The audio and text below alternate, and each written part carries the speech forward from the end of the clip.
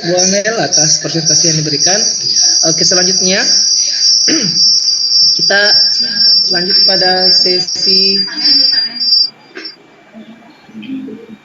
belum lagi. Satu lagi sesi mungkin tanya dari jawab. Pak Gandhi. Pak Gandhi ada ya? Ya. Pak Gandhi. Iya, dipersingkat aja ya Pak. Oke, siap. Terima kasih. Saya melanjutkan terkait dengan teknologi pendidikan. Jadi memang pada dasarnya kita udah menggunakan teknologi ya sekarang sesuai dengan tahapan perkembangan masing-masing. Bapak Ibu juga sudah luar biasa mengalami setiap tahapan perkembangan itu, mulai dari hal yang paling sederhana. Mungkin dulu kita belajar hanya menggunakan alat tulis sederhana, ada yang mulai dari sabak, kemudian ada berkembang menjadi pensil, ballpoint, dan lain sebagainya, sampai ke sekarang teknologi yang sangat luar biasa yang seperti ini yang kita gunakan. Ini menjadi bagian dari perkembangan teknologi pendidikan. Selanjutnya untuk dimensi ataupun dampak yang memang terjadi di era sekarang ini adalah berbagai macam inovasi di bidang teknologi digital maupun segala hal yang terkait dengan komponen di sekitar kita ini memang nggak bisa kita pungkiri, semuanya pasti terkait dengan teknologi. Maka di situ juga akan berimplikasi juga pada peningkatan kualitas dari SDM ataupun manusia sebagai pengguna ataupun user terkait dengan teknologi ini sendiri. Selanjutnya juga semakin mudahnya berbagai macam akses informasi yang tentu saja di situ akan semakin mempermudah kita ya untuk belajar ataupun mendapatkan informasi tertentu, dan ini menjadi salah satu keuntungan ataupun menjadi hal yang sangat kita harapkan yang tidak pernah didapatkan mungkin oleh beberapa orang yang terdahulu. Mungkin bahkan kita tidak menduga kenapa bisa seperti ini zaman sekarang ini gitu. Yang selanjutnya adalah sumber belajar digital, ini juga sudah kita gunakan sampai seperti ini juga sangat banyak, mungkin tidak menutup kemungkinan untuk pada waktu ataupun momentum yang akan datang akan semakin banyak inovasi yang sangat luar biasa. Buktinya juga kemarin kita belajar AI ya. AI itu sekarang juga banyak digunakan untuk mendapatkan informasi yang menurut saya tidak perlu dibantu ataupun diberikan SDM ataupun manusia yang khusus untuk mengelola tersebut. Tinggal diserahkan pada AI-nya, kita mau tanya apa saja di situ sudah diarahkan dengan baik. Yang selanjutnya ini juga ada impact ataupun dampak pada aspek bisnis dan lain sebagainya. Sekarang fokus kepada teknologi pendidikan. Jadi dalam aspek ini ada 4 hal yang nanti akan saya sampaikan. Mungkin sederhana saja ya, singkat saja, kemudian nanti akan saya pertajam saat kita diskusi. Yang pertama terkait dengan teknologi pendidikan ini ada beberapa pendekatan yang tampilkan atau akan saya sampaikan kepada Bapak Ibu.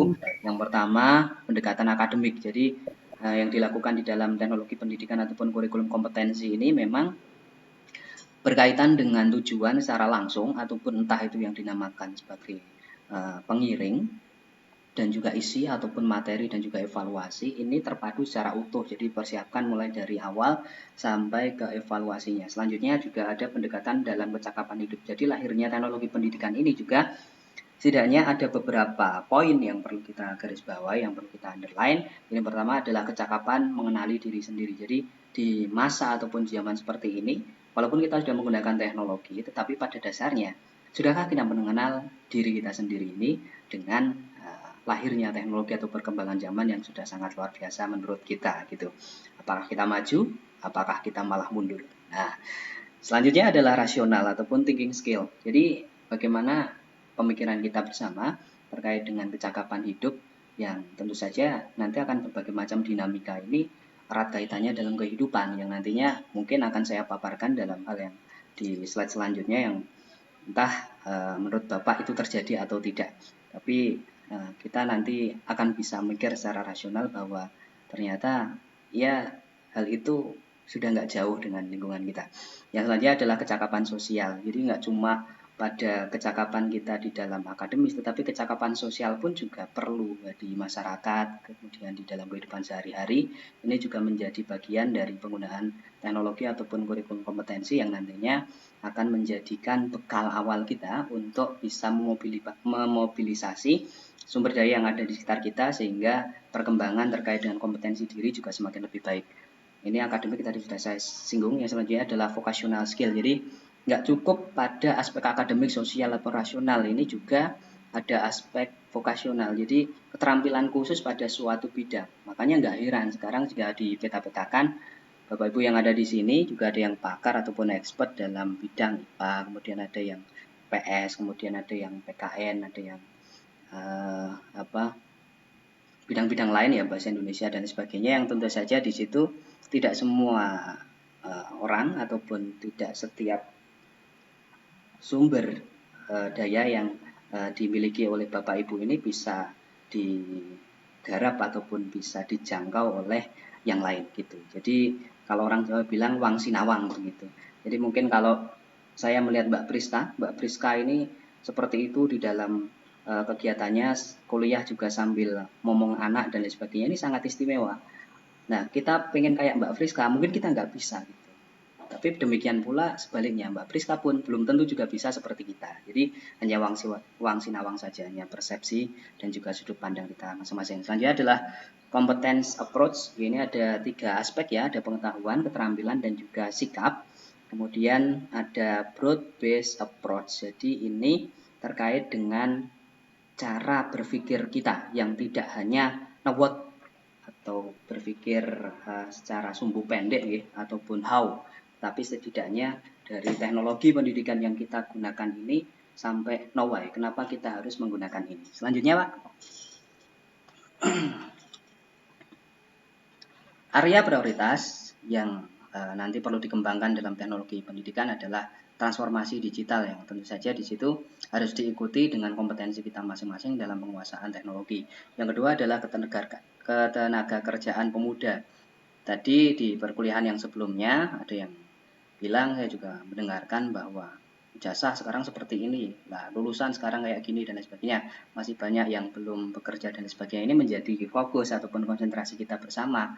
Apakah itu ada kaitan eratnya dengan pendidikan kita, atau memang hanya dari sistem pendidikan ini, apakah nanti hanya terkait pula pada peluang kerjanya yang memang sangat terbatas. Itu yang nanti perlu kita diskusikan bersama. Kemudian ruang berkelanjutan layak huni. Sadar tidak ketika kita melakukan kegiatan pertemuan seperti ini, kita sudah layak ataupun sudah menempatkan diri sesuai dengan prinsip kita di dalam kehidupan sosial yang baik, khususnya etika digital kita di dalam melakukan kegiatan perkuliahan secara daring dan lain sebagainya. Ini apakah kita juga sudah mampu menjangkau ranah ini? Menurut saya seperti itu. Maka layak huni ini tidak pada aspek kehidupan secara langsung yang mungkin dihadapi oleh kita dengan bersosialisasi secara langsung, tatap muka dan sebagainya, tetapi layak huni ini juga pada aspek digital. Ini yang perlu kita jaga dan juga perlu kita pertajam bersama sehingga menjadi bagian dari digital etik kita bersama-sama. Itu. Yang selanjutnya adalah keragaman inklusi. Jadi macam-macam ya. Di sini juga tidak hanya pada aspek yang kita anggap umum dengan lingkungan belajar kita, lingkungan studi kita masing-masing, tetapi juga perlu kita jangkau dengan ranah yang mungkin tidak banyak disentuh oleh yang lain. Ini juga penting. Yang selanjutnya adalah humanity ataupun empati. Ini juga perlu kita gaungkan di dalam segala hal terkait dengan perkembangan teknologi pendidikan. Selanjutnya, tantangannya kayak gini. Pernah baca buku ini atau belum Bapak Ibu?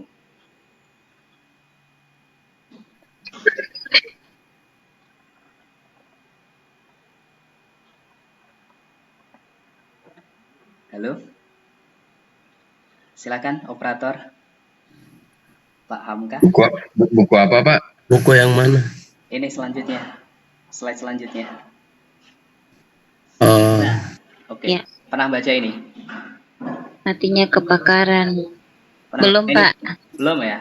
Ini Belum. Ya. Sepertinya pada perkuliahan isu pendidikan kita juga perlu mengkaji buku ini nanti. Ataupun pada ranah-ranah yang lain ya. Jadi sekarang ini yang saya sampaikan bahwa pemikiran yang rasional di awal-awal tadi, bahwa dengan adanya buku temuan dari Tom Nicol nih yang ada di Amerika Serikat ini, di era perkembangan teknologi yang semakin maju ini ternyata ditemukan berbagai macam kejanggalan yang terjadi, di mana ada beberapa gap antara pakar dan juga pakar tiban ataupun yang kita namakan awam begitu. Kita analogikan seperti ini. Ada Bapak Ibu yang ada di sini yang nggak doyan makan durian atau belum pernah sama sekali makan durian? Ada nggak? Ada. Iya, Tinto. Sama seperti saya. Jadi kalau Saya nggak pernah lihat. menceritakan durian, kira-kira nggak bakal tahu kan sebenarnya durian itu rasanya kayak apa. Kemudian gimana sih mungkin durian antara yang jenis musangking ataupun jenis yang lain itu kan tentu saja punya berbagai macam nopo. Kalau orang yang sudah pernah merasakan itu ciri khas tersendiri gitu. Tapi kalau buka misalnya kayak Bu Priska ini kan doyan makan durian misalnya.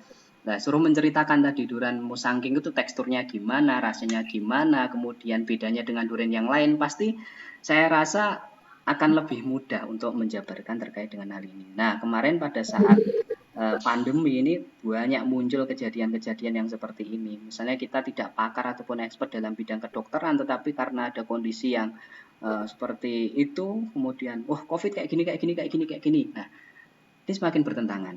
Yang paling sederhana adalah saat timnas Indonesia main bola. Kira-kira penonton yang hadir di stadion ada berapa? Banyak kan? Nah, itu ada 50.000 ataupun ada 80.000 bahkan mungkin sampai ke 100.000 penonton yang hadir di Stadion Gelora Bung Karno. Apa yang terjadi ketika 11 pemain Indonesia berhadapan dengan yang lain, dengan lawan yang ada di kesebelasan tersebut? Banyak komentar-komentar yang sangat istimewa. Nah, di sini beda dengan orang yang memang sudah bisa menjalani. Nah, sekarang adalah bagaimana posisi dari pakar itu dan posisi awam. Di situ ada pertentangan nanti antara pakar dan juga awam, bahkan awam dengan awam. Begitu ya Bapak Ibu. Selanjutnya di slide yang 32. Singkat saja, nah ini perlu digaungkan nilai Pancasila dan juga Bhinneka Tunggal Ika. Lanjut.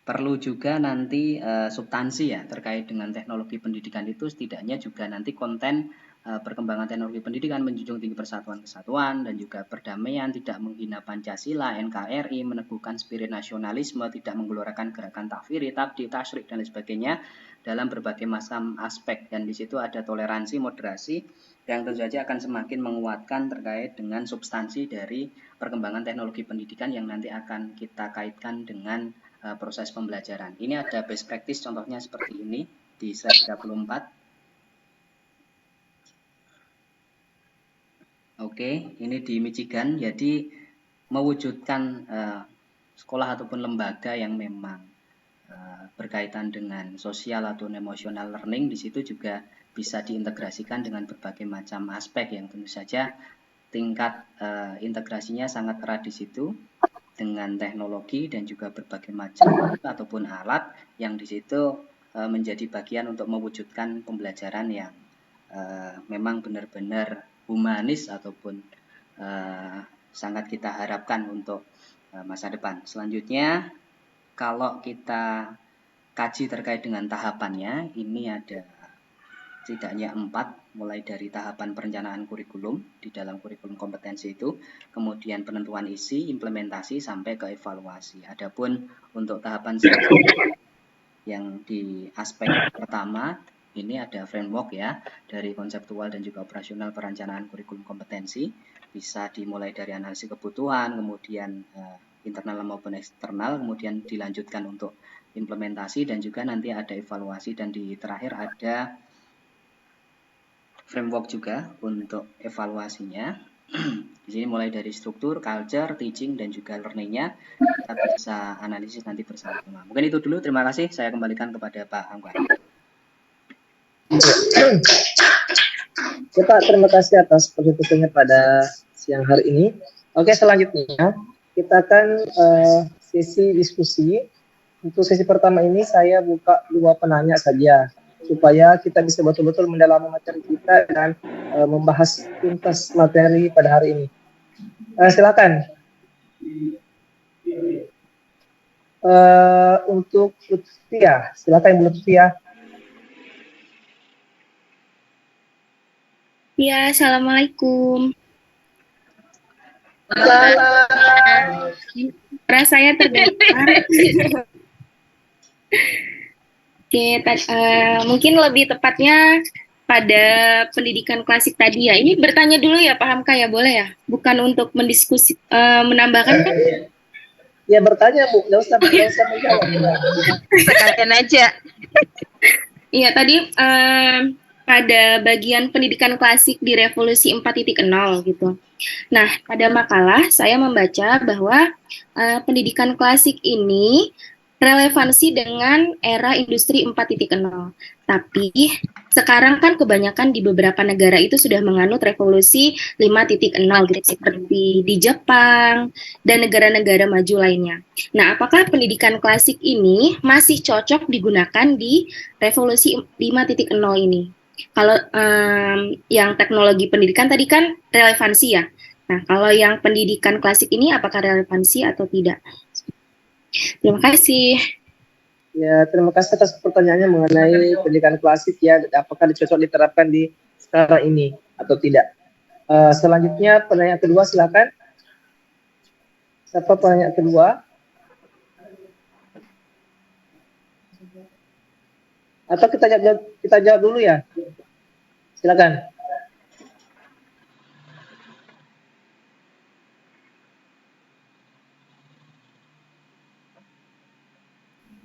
Apa Pak Gandhi siap menjawab pertanyaan dari Bu Tia? Silakan Pak Gandhi.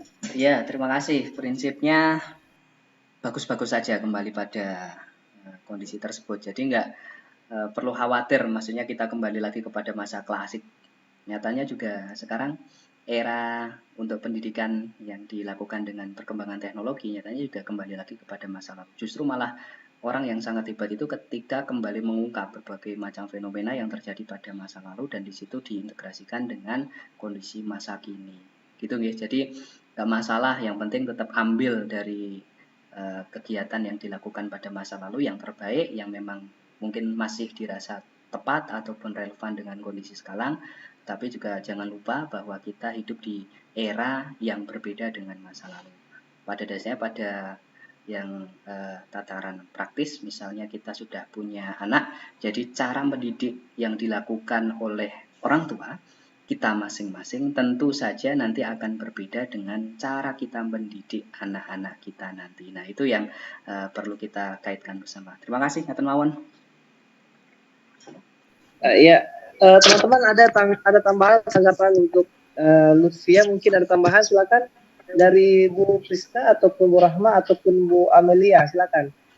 Iya, baik. Terima kasih. Saya akan menambahkan sebagaimana kita pahami dulu ya tentang pendidikan di era 5.0 itu sudah sebenarnya disampaikan oleh Pak Gandhi bahwa ada beberapa ciri menghadapi pendidikan dalam era 5.0.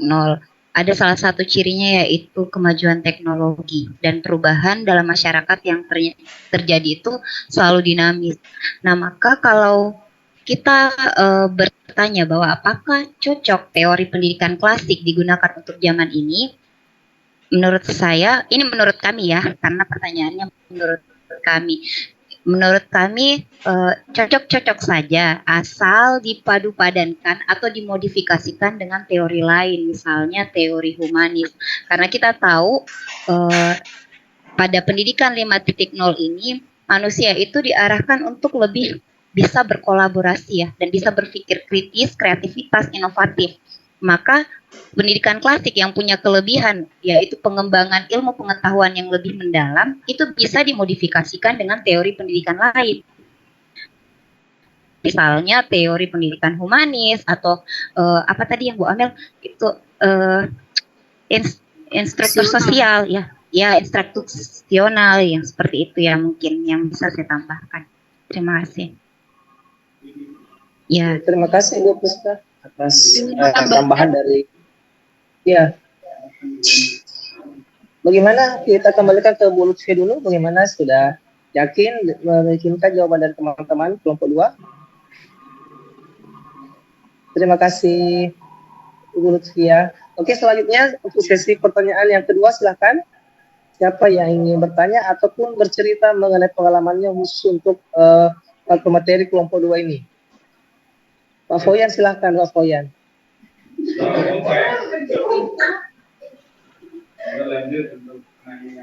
Oh iya, oke. Siapa selanjutnya? Ibu Salama mungkin. Silakan Ibu Salama. Ibu Salama di sini. Oh, Ibu Salama berhalangan bertanya.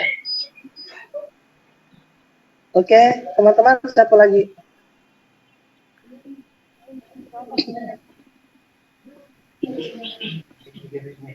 Ada mungkin ya. Pak Tinto mungkin ada pertanyaan, silahkan Pak Tinto.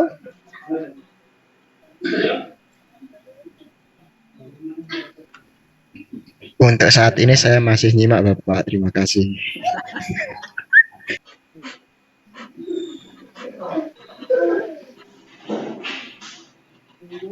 Oke.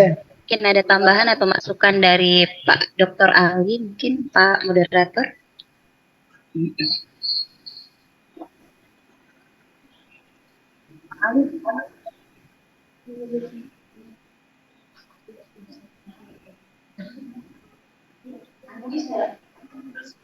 Ya, teman-teman ada pertanyaan? Tidak ada? Sambil menunggu teman-teman memberikan pertanyaan, kita bisa mungkin misalkan ke Bapak. Ini dipersilahkan. Biasanya saya itu gong penutup ya. Kalau masih ada pertanyaan lain lagi diselesaikan dulu, nanti saya sekalian ini. Siapa? Ya, ada pertanyaan, Pak Hamka. Oh iya, Pak silakan Jeff. Pak Jeffrey. Kalau bisa dua pertanyaannya langsung. Silakan Pak. Ya, terima kasih. Assalamualaikum warahmatullahi wabarakatuh. Waalaikumsalam. Sudah makan kayaknya ini, kencang banget. Dari paparan kelompok penyaji tadi sudah dijelaskan beberapa aliran ya. Pertanyaan saya terkait dengan kurikulum yang digunakan sekarang ini. Itu menurut kajian tim penyaji, perubahan kurikulum dari kurikulum 2013 ke kurikulum Merdeka lebih cocok ke kajiannya ke aliran apa? Ini itu saja, terima kasih. Ya, terima kasih atas pertanyaan dari Pak Jeffrey. Kita serah ke pemateri, silakan ditanggapi dari pertanyaan Pak Jeffrey tersebut.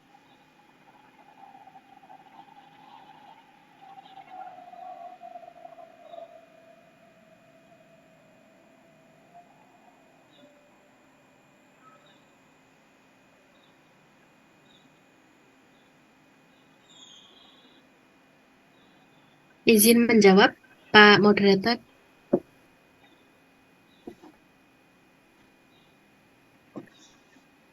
Suara saya terdengar? Silakan Bu. Bu Amel. Baik, terima kasih atas pertanyaannya dari Pak Jeffrey tadi, bertanya perubahan kurikulum dari kurikulum 2013 menjadi Merdeka Belajar itu menggunakan kurikulum yang mana gitu ya, yang tadi dibahas oleh kelompok ya. Seperti itu Pak Jeffrey pertanyaannya? Iya. Iya Bu. Oke, ya. Aliran tadi aliran kita dari kelompok kita tadi membahas ada beberapa aliran ya, yaitu dari pendidikan klasik, kemudian pendidikan personal, lalu pendidikan interaksional yang itu juga ternyata masih ada hubungannya dengan model rekonstruksi sosial dan juga teknologi pendidikan. Nah, seperti yang kita ketahui ya, di dalam kurikulum 2013 itu sajiannya tematik ya. Jadi di mana ada tema sebagai pengikat, kemudian mata pelajaran atau disiplin ilmu disajikan secara tematik.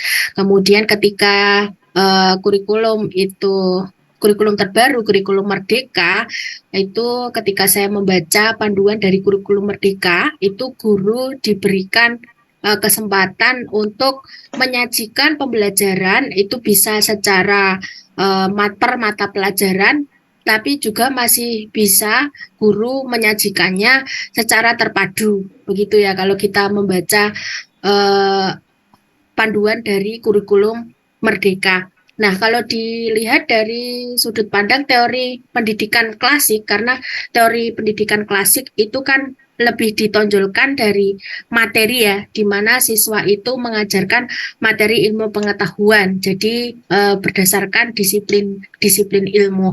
Nah, itu juga kalau saya melihat beberapa hasil penelitian itu di kurikulum 2013 bahwa ada kekurangannya juga, ternyata pembelajaran yang disajikan secara tematik itu memiliki banyak kelebihan, tetapi ada kekurangannya, yaitu materi tidak diajarkan secara mendalam. Jadi ada ketika guru itu tidak mampu untuk menyajikan materi secara tematik, akibatnya materi-materi yang diajarkan itu per mata pelajaran itu menjadi tidak mendalam. Nah, sehingga ada kurikulum Merdeka di mana guru bisa menyajikan kembali ke disiplin ilmu, sehingga pendidikan klasik atau teori pendidikan klasik itu masih bisa relevan asalkan itu dipadukan, tidak hanya dari sisi pengetahuan saja, tetapi juga dari sisi afektif dan juga dari sisi psikomotor.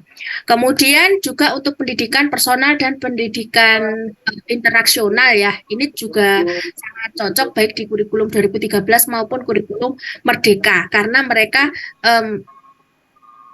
siswa itu mengkonstruksi pengetahuannya sendiri. Jadi berangkat dari teori konstruktivisme. Kemudian siswa juga diminta untuk bekerja sama, berinteraksi, di mana ini juga sesuai dengan pembelajaran saat ini, di mana abad ke-21 itu kita dihadapkan pada 4C ya. Critical thinking, kolaboratif, creativity, dan juga communication ya, sehingga itu sangat, saya rasa apa yang ada di kurikulum terbaru ini sudah sesuai dengan aliran pendidikan yang dijelaskan. Kemudian juga untuk teknologi pendidikan, saya rasa tadi yang sudah dijelaskan oleh Pak Gandhi itu sangat sesuai dengan yang saat ini. Mungkin itu dari saya, teman kelompok bisa menambahkan. Terima kasih. Bu Amalia. Bu Rahma. Akan ditambahkan oleh Ibu Rahma. Ya, baik, terima kasih atas kesempatan yang diberikan Pak Hamka. Nah, tadi bisa kita gambarkan dari pertanyaan Bu Amel, dari pernyataan Bu Amel terkait pertanyaan dari Pak Jeffrey. Salah satu dari beberapa teori pendidikan yang telah dipaparkan oleh kelompok kami, seperti yang dijelaskan oleh Bu Amel, salah satunya itu mungkin teori pendidikan personal juga terkait dengan kurikulum saat ini, kurikulum Merdeka Belajar. Nah, di mana teori pendidikan personal ini berasumsi bahwa anak itu memiliki potensi sejak lahir. Nah, di sini mampu mengembangkan potensi-potensi yang dimiliki sesuai dengan kebutuhan dan minat belajar peserta didik. Nah, mungkin ada beberapa contoh implementasi kurikulum humanis dan diterapkan juga pada kurikulum Merdeka Belajar. Yang pertama itu terkait dengan pembelajaran berbasis proyek. Nah, di sini contohnya siswa dapat membuat proyek di mana mereka bisa merancang, bisa membangun, bisa mendesain sesuai dengan keinginannya mereka. Ini bisa membantu siswa belajar dengan cara menyenangkan tentunya. Nah, yang kedua bisa dengan pengembangan keterampilan sosial di kurikulum Merdeka pun demikian. Kemudian yang ketiga terkait dengan pembelajaran mandiri. Pembelajaran mandiri, guru hanya sebagai fasilitator, kemudian siswa sebagai yang utama gitu.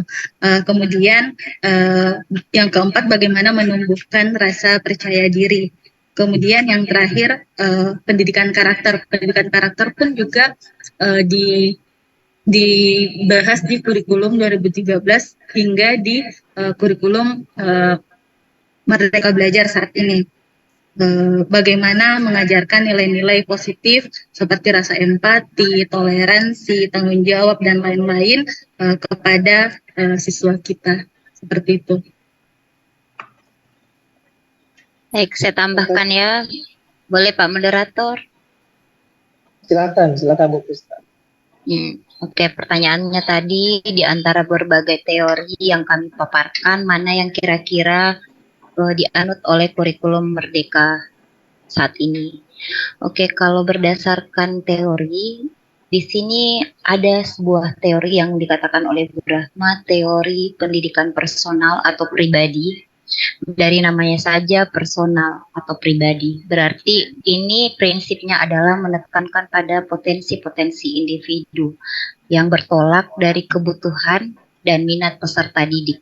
Jadi seperti yang kita tahu bahwa salah satu ciri kurikulum Merdeka yang berlaku di sekolah dasar maupun perguruan tinggi adalah pembelajaran berdiferensiasi. Jadi kita menganggap bahwa setiap anak itu unik dengan kecerdasannya yang berbeda-beda.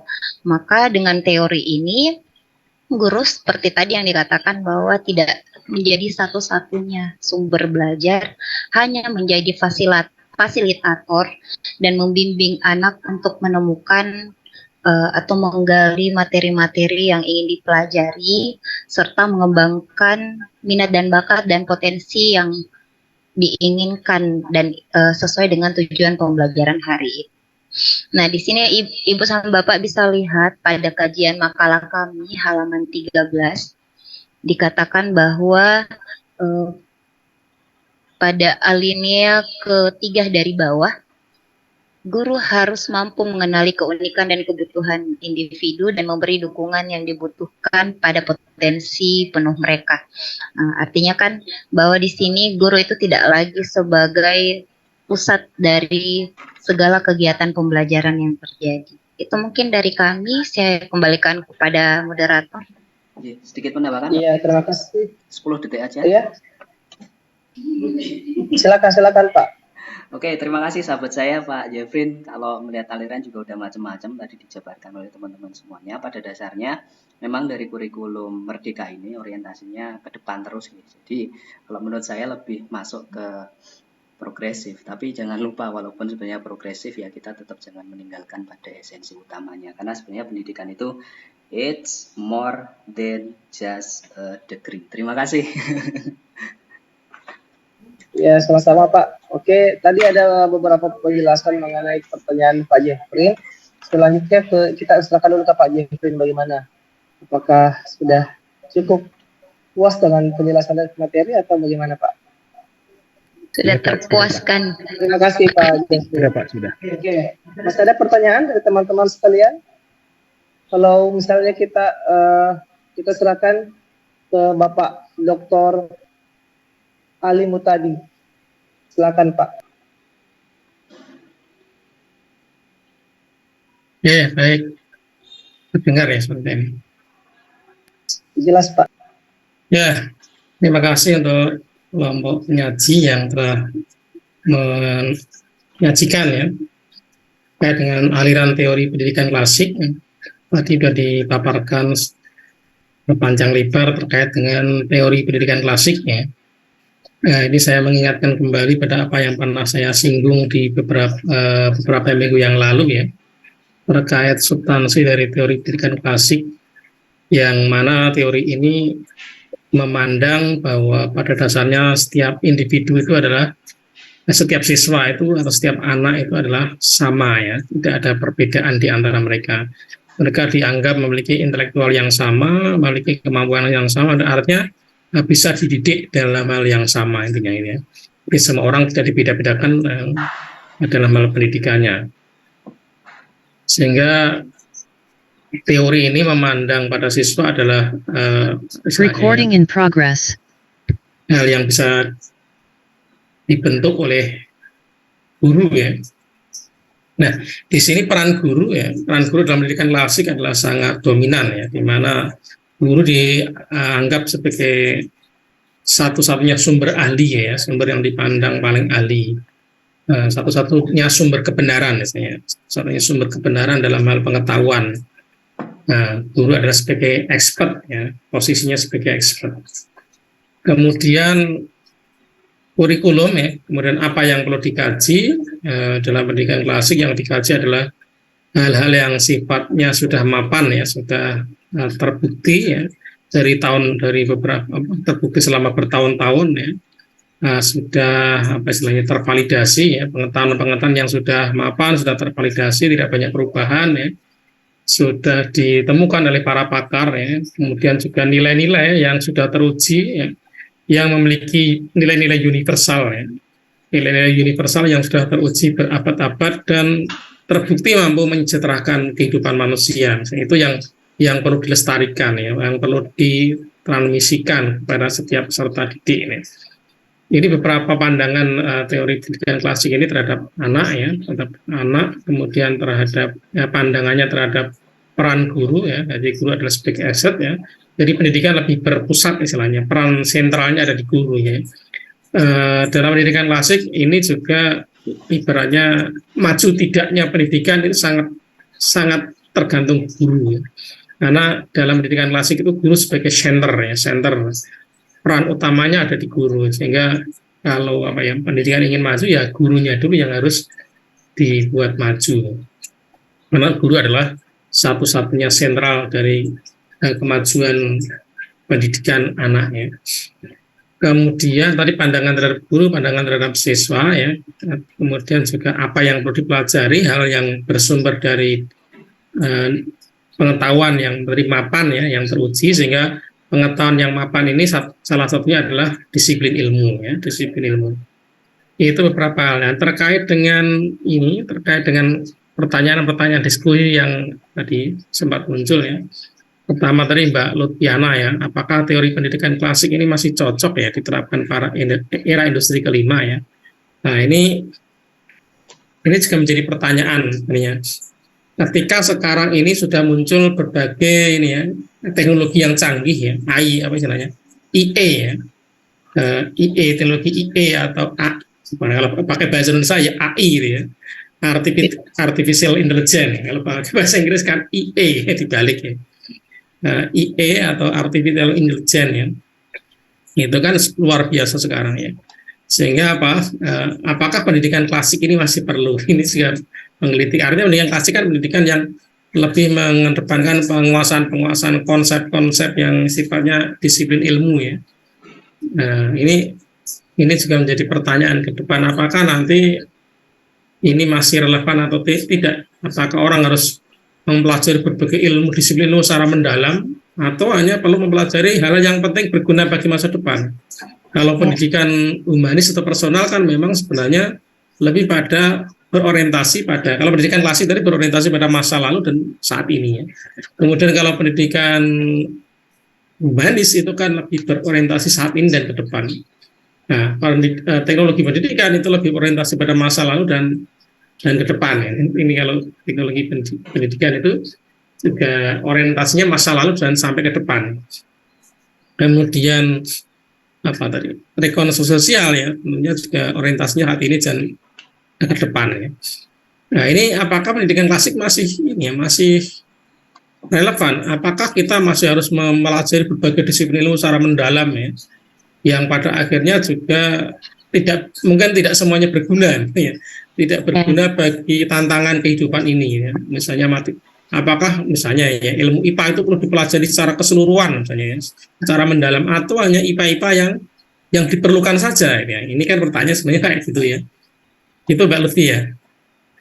Ya, kalau jurusan kedokteran seperti itu, Prof, kan satu-satunya sumber belajar mereka. Kalau untuk di semester awal yang saya lihat dari teman-teman dokter, mereka itu mendengar apa yang disampaikan oleh dosennya, jadi pengetahuan tentang pengalaman di bidang medikal yang diberikan oleh dosen itu yang mereka adopsi kembali. Berarti itu dalam takaran teori pendidikan klasik itu masih bisa relevan ya Pak ya.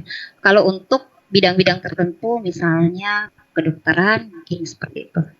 Kalau dari pengalaman itu sebetulnya saat ini ya. Kalau pendidikan klasik kan orientasinya masa lalu. Artinya juga lebih kepada textbook ya. Nah, kalau yang saat ini berarti sudah itu bukan itu lebih ke humanis ya. Humanis itu apa yang benar-benar yang mengemuka saat ini ya. Bahkan teori-teori yang sudah mapan kalau itu nggak relevan ya nggak perlu dipakai ya. Nah, jadi mungkin nanti juga jawabannya sama Mbak Priska itu ya. Tidak, ya artinya dalam konteks apa istilahnya prodi tertentu itu ya perlu berorientasi pada klasik ya. Prodi sejarah ya harus pada klasik ya. Masa sejarah ke depan ya.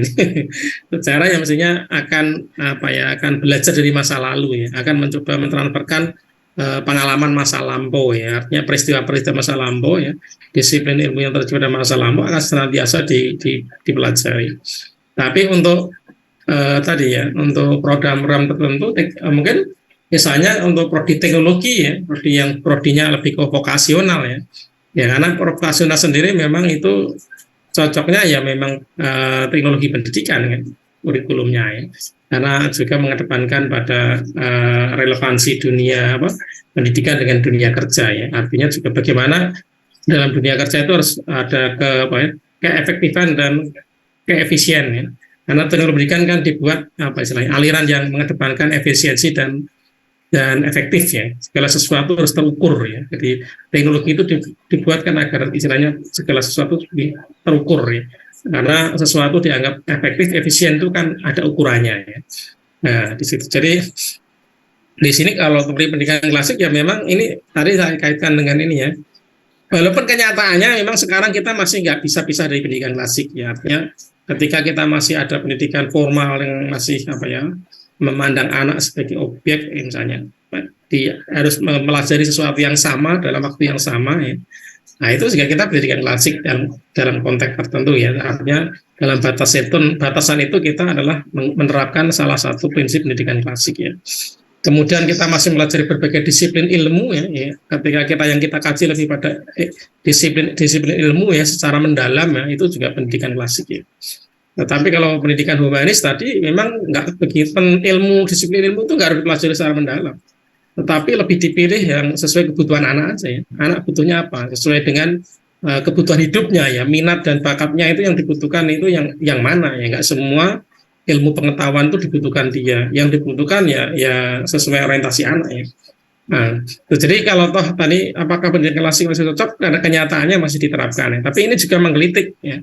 Apakah ini harus dimodifikasi ya? Karena apa? Tadi sekarang ini sudah muncul berbagai aplikasi IE tadi ya, yang segala sesuatu pengetahuan itu sebenarnya tinggal ditanyakan pada teknologi gitu. Katakan Google saja kan sudah bisa memfasilitasi. Kemudian ada sekarang bermunculan ya yang sedang viral ya, terutama di podcast ya sedang viral, yaitu salah satunya misalnya itu GPT GPT saya dan juga banyak lagi ya, nggak cuma GPT sebenarnya, IE itu banyak sekali yang digunakan. Ada IE itu yang spesifik tertentu sangat banyak ya. Nah ini ketika artinya apa, bahwa itu nggak masalah ya sebagai fondasi. Kalau akan bagus lagi kalau IE-nya itu nanti IE-nya sudah maju ya, dia dikaitkan didasarkan jawabannya itu dengan sumber-sumber akurat yang valid gitu ya, nggak cuma kemampuan berbahasanya aja yang bagus misalnya. Kalau IE itu misalnya sudah dikembangkan ya dan bisa mencari sumber-sumber yang akurat, yang valid ya, itu sehingga pendidikan mestinya tidak lagi berorientasi masa lalu, tapi orientasi masa lalu sebagai penyangga saja ya. Artinya ketika dia tanya tentang masa lalu, dia cukup tanya pada teknologi. Tetapi bagaimana menerapkan disiplin ilmu itu dalam menyelesaikan masalah sehari-hari ya. Nah, misalnya dia tidak tahu istilah tertentu, dia tinggal tanya aja ya. Tapi mestinya pendidikan memang orientasinya sudah diarahkan ke masa depan ya. Artinya problem-problem pendidikan itu apa? Problem-problem persoalan istilahnya? Persoalan-persoalan yang dihadapi anak ke depan itu apa misalnya? Jadi lebih pada tantangan penerapan yang rekonstruksi sosial itu mungkin juga cocok ya dipadukan dalam arti gini. Jadi kurikulum oke lah tetap pendidikan klasik ya, mengacu pendidikan klasik, tetapi memang tadi sama Mas Andi tadi harus dimodifikasi. Jadi penilaiannya ya, yang diukur itu tidak lagi kemampuan menguasai transfer of knowledge. Transfer of knowledge kan penguasaan materi disiplin ilmunya ya. Yang diukur tidak lagi penguasaan disiplin ilmunya gitu ya. Tetapi adalah kemampuan menerapkan ilmunya gitu ya. Kemampuan menerapkan ilmunya. Sehingga tidak ada lagi misalnya soal-soal di SD sampai SMA misalnya ya. tarafnya misalnya tujuan belajarnya menjelaskan, itu mungkin nggak perlu lagi. Yang jelaskan biar teknologi aja ya. Karena anak bisa aja kalau menjelaskan tanya aja kepada GPT. Nah, dia akan tanya ke teknologi ya, coba jelaskan ya. Yang artinya kalau kita orientasinya memang seperti itu, pendidikan akan merasa resah gitu ya. Karena guru akan akan mungkin tidak bisa mengukur pemahaman siswa ya, secara real yang ada di otaknya. Karena yang jawab bukan lagi si siswa, yang menjawab adalah teknologi. Apalagi kalau tugas-tugas yang konseptual itu memang dibuat PR gitu ya, di PR kan atau di apa istilahnya? Kalau ujian kalau saya lupa ya. Kita kan sering ada ujian ujian dikerjakan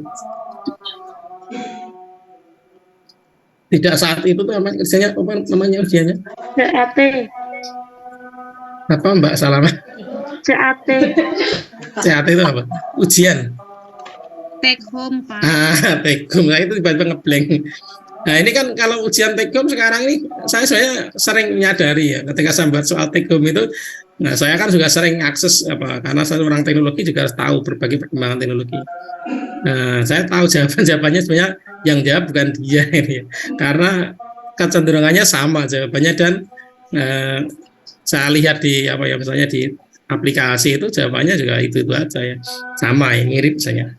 Nah, ketika misalnya soal-soal misalnya di pelajaran di SD misalnya masih pertanyaan jelaskan jenis-jenis macam bunga misalnya, macam bunga apa misalnya, itu kan masih konsep-konsep yang sederhana ya, yang tingkatnya itu masih hanya menjelaskan itu ya, itu anak-anak bisa aja mengerjakan, yang ngerjakan bukan dia ya, ditanyakan aja pada teknologi ya, pada Google, pada aplikasi dan sebagainya, itu sudah terjawab sebenarnya. Sehingga artinya bahwa pendidikan yang berorientasi pada transfer of knowledge ini ya, mungkin sudah tidak sangat tidak begitu diperlukan ya, karena jangan sampai anak-anak itu otaknya hanya dijejali dengan suruh menghafal konsep, tetapi ternyata konsep itu sudah bisa ditanyakan ke teknologi gitu ya. Artinya yang diukur mestinya juga tidak hanya berhenti di situ ya, jadi mestinya juga lebih di kemampuan berpikir hotnya ya. Jadi lebih banyak kasus-kasus misalnya, kasus-kasus yang diselesaikan ya. Kalau hanya pertanyaan yang berpikir low order thinking, memang akan sangat mudah ya, minta pertolongan teknologi aja sudah terselesaikan. Artinya apa, ketika siswa itu dalam istilahnya nanti selesai dalam kehidupan nyata ya, maka siswa itu juga kalau hanya konsep-konsep mendasar itu tinggal lupa ya, tanya aja pada teknologi. Tapi yang dibutuhkan itu adalah lulusan yang mampu menerapkan konsep itu dalam kehidupan sehari-hari. Artinya apa? Dia bisa saja konsep nyatanya, kemudian berusaha memahami konsep itu lewat teknologi, kemudian dia juga ketika itu harus digunakan untuk menyelesaikan masalah-masalah yang problematis ya, maka mau tidak mau dia harus memahami konsep-konsep itu ya. Dia tidak akan meng-copy paste dari teknologi itu aja ya, karena dia nggak bisa menjawab hanya dengan konsep yang ditawarkan teknologi, tapi dia harus bagaimana dia harus bisa menggunakan ya konsep-konsep yang dia dapat dari teknologi tersebut untuk menyelesaikan kasus yang dihadapi gitu ya.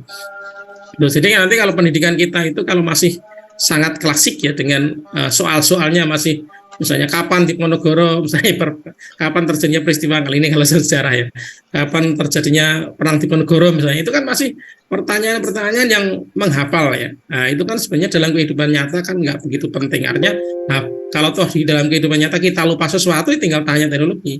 Tapi yang diperlukan adalah kemampuan untuk menerapkan, menganalisis fenomena masalah yang ada dengan pengetahuan yang dimiliki. Itu yang perlu diajarkan ke anak ya. Artinya di sekolah boleh aja mempelajari sesuatu ya, tapi target tujuannya itu memang seharusnya juga tidak hanya transfer pengetahuan ya, tapi target tujuannya harus sudah memang orientasinya hot ya. Jadi soal-soal tidak lagi misalnya tadi soal-soal yang sifatnya menjelaskan ya, tetapi minimal menerapkan C3 minimal ya. Ini menjadi tantangan ya, karena masih banyak soal-soal yang kadang-kadang ini relevan nggak dengan kehidupan anak di era industri kelima, yang hanya nanti karena ketika mereka terjun ke dunia nyata ya, mereka nggak perlu mengingat-ingat misalnya berbagai macam misalnya berbagai macam jenis tarian misalnya itu ya, kalau dalam konteks apa itu seni dan budaya misalnya, atau apa itu mata pelajaran IPS ya misalnya, atau PKN itu misalnya, dia harus menghafal berbagai tari ini dari mana, tari ini mana. Nah, dalam kehidupan nyata ya, orang kalau tanya itu tinggal tanya Google udah ketemu kan gitu ya.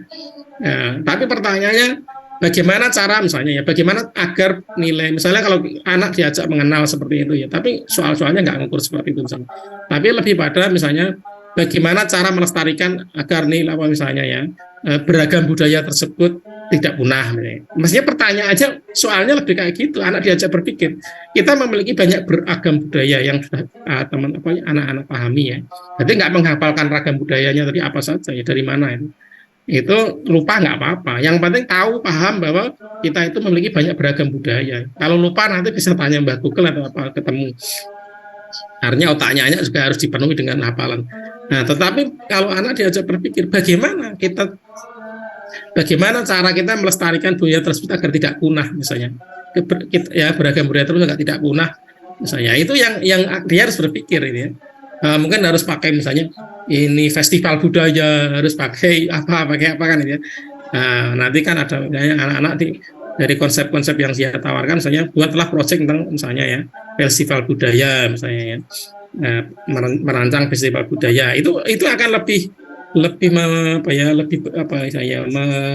membawa kemajuan dibanding yang pendidikan kita yang masih sangat klasik, yang memang cenderung menekankan pada penguasaan hafalan dari disiplin-disiplin ilmu yang kadang-kadang memang lulus sekolah ya lupa semuanya ya. Kan Bapak Ibu yang jadi guru aja kita yang jadi suruh ngajarkan pelajaran SD kan juga lupa kadang-kadang pelajaran-pelajaran yang sifatnya hafalan juga nggak ingat gitu ya. Nah, ini contoh ketika kita terlalu berorientasi pada pendidikan klasik yang lebih pada transfer pengetahuan ya. Transfer pengetahuan. Jadi pendidikan klasik kan salah satunya tadi dalam metodenya kan orientasinya kan mentransfer pengetahuan ya. Jadi lebih menekankan pada transfer pengetahuan. Memang dalam pandangannya terhadap anak tadi semua anak dianggap beda lah. Ketika anak dianggap beda ini juga masih menggelitik ya. Anak sekarang tentunya minatnya akan semakin beragam ya. Akan semakin beragam. Sehingga tadi memang pendidikan humanis tadi yang sekarang kurikulum merdeka itu juga sudah mulai mempertimbangkan tentang kebutuhan dan minat anak. Nah, gitu. Jadi ini pertanyaan saya terlalu melebar ya. Mohon maaf. Jawaban saya terlalu melebar. Jadi karena tadi pertanyaan terkait Mbak Lutfi tadi, apakah teori pendidikan klasik itu masih cocok ya diterapkan? Ya kalau dikatakan cocok tadi memang kenyataannya itu masih menerapkan ya. Di Indonesia masih sangat menerapkan. Tapi pertanyaan sekarang kan mulai resah. Kemana saya ditanya orang, Pak, apakah perubahan kurikulum itu sebuah keharusan ya? Tapi pertanyaannya adalah, memang secara teoritis pergantian kurikulum itu kan mestinya membawa kemajuan ya. Tetapi dalam hal karakter, kenapa karakter anak kita sekarang semakin menurun? Padahal kurikulum diganti terus gitu ya. Tetapi karakter anak malah semakin menurun ya. Semakin banyaknya kejahatan, semakin banyaknya anak-anak yang mulai intinya moralnya semakin dibanding dulu ya, produk dari kurikulum dulu itu malah masih bagus dulu ya, sopan santunnya, etikanya macam-macam gitu ya. Pertanyaannya seperti itu dalam hal karakter. Nah, pertanyaannya juga kembali, apakah benar ketika kurikulum masih menerapkan, katakan kurikulum nggak pernah berganti ya, menggunakan kurikulum yang dulu, itu moral juga tidak akan rusak ya, tidak akan menurun ya. Karena persoalannya kan bukan masalah kurikulumnya ya, persoalannya kan tantangan lingkungan anak itu semakin luar biasa ya. Berarti tantangan negatif gitu, dampak negatif teknologi itu juga semakin luar biasa ya. Nah, ini menjadi persoalan ketika tidak dibarengi dengan pemanfaatan teknologi untuk kepentingan yang positif misalnya. Kita Indonesia termasuk masih gagap dengan perkembangan IT secara umum gitu ya. Jadi pendidikan kita masih jauh dari sentuhan melek teknologinya kan masih baru belajar ya. Nah, sementara gempuran arus negatif teknologi ya, karena setiap teknologi itu kan punya dua sisi ya, sisi positif, sisi negatif. Nah, sisi positifnya itu belum banyak didorong gitu lah. Sehingga masih kuat sisi negatifnya yang dominan menyerang anak ya. Anak-anak lebih banyak menggunakan gadget bukan untuk kepentingan positif, karena di sekolah tidak banyak mengajarkan itu ya untuk mencari literatur, mencari apa ya. Karena memang apalagi di SD ya masih banyak dilarang gitu ya. Nah, kemudian sementara di luar sana anak-anak bebas menggunakan teknologi dan kadang-kadang tadi gemburan negatifnya luar biasa ini. Nah, ini juga faktor-faktor yang ketika terjadi perubahan kurikulum yang harapannya lebih bagus, tetapi ternyata pengaruhnya terhadap karakter justru menurun sih, seolah-olah ya. Nah, ini.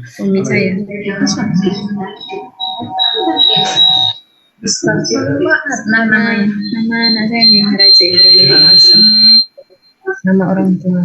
Aku nggak baca ini, bacanya ini.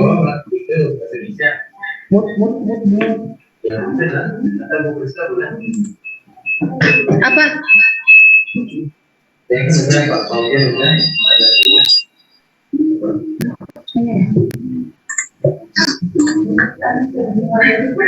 Nah, Pak Ibu mungkin karena waktu ya, karena waktu. Iya, Pak.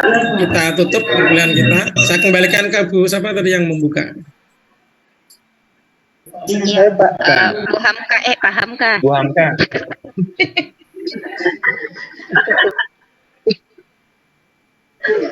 Ya Pak, terima kasih atas arahan, terima kasih atas penyampaian yang diberikan kepada kelompok 2. Untuk kelompok 2, sebelum kita tutup, mari kita beri aplaus untuk kelompok 2. Ya, marilah kita menutup diskusi pada hari ini dengan sama-sama membaca hamdalah.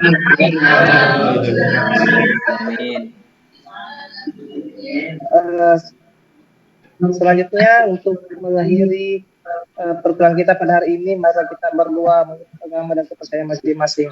Doa dimulai. Alhamdulillah.